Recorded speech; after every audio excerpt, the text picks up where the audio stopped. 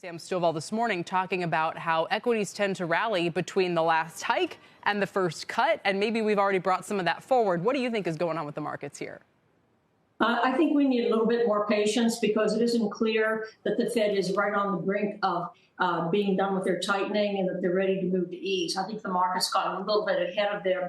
We can't really tell. We'll see more on Wednesday. And it all depends on the data. If the Fed sees inflation data they don't like, they may be at rates higher for longer. So we think it's a little early to get too optimistic. You know, it's funny you say that because when I look through here, I see that you like technology. You like the semiconductors, Margie. I want to know about that. You like industrials. I just assumed that you were going to say, oh, yeah, this economy's rolling over. They're going to have to cut. Rates are going to be supportive. So why do you like these sectors right now? Well, I think those are the concerns that have kept the sectors from really doing as well as they could looking at fundamentals. I think for semiconductors, you do need to be patient here and have a strong stomach because they're volatile.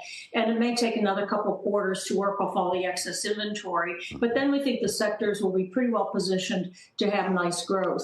And many semiconductors now pay rather attractive dividends, so you at least get a dividend while you wait.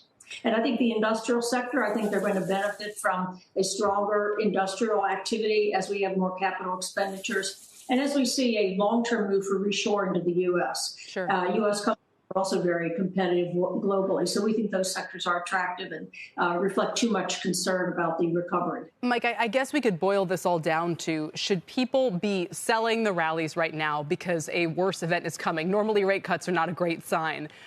Or can they think to themselves, no, the worst of it is already priced in and it can be clear sailing from here?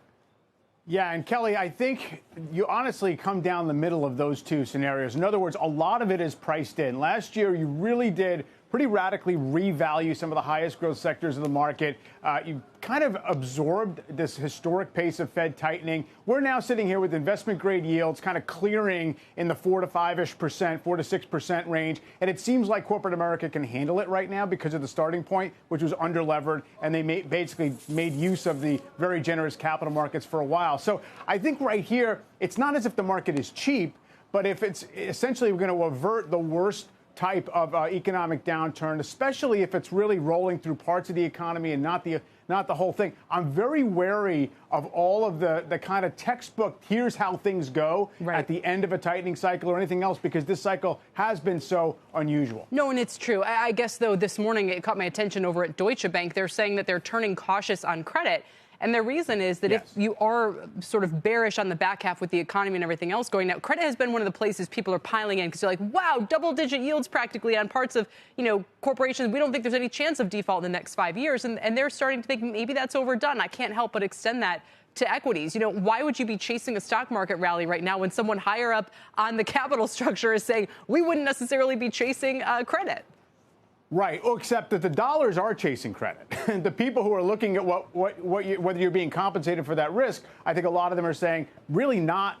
There's no margin of safety there at the moment. So it is a tricky spot. 18 times forward earnings for the S&P. It's not exactly washed out, right? Yeah. That's where we are sitting. On the other hand, at the beginning of bull markets, and there has been some behavioral stuff this year in terms of how the market has behaved that suggests at least a possibility that things could take off a little bit better to the upside. Nobody believes it's ready to happen, right? So that's the other tricky piece of it. The final word to you, Margie. What would you say to somebody who was more concerned about a bigger slowdown in the back half?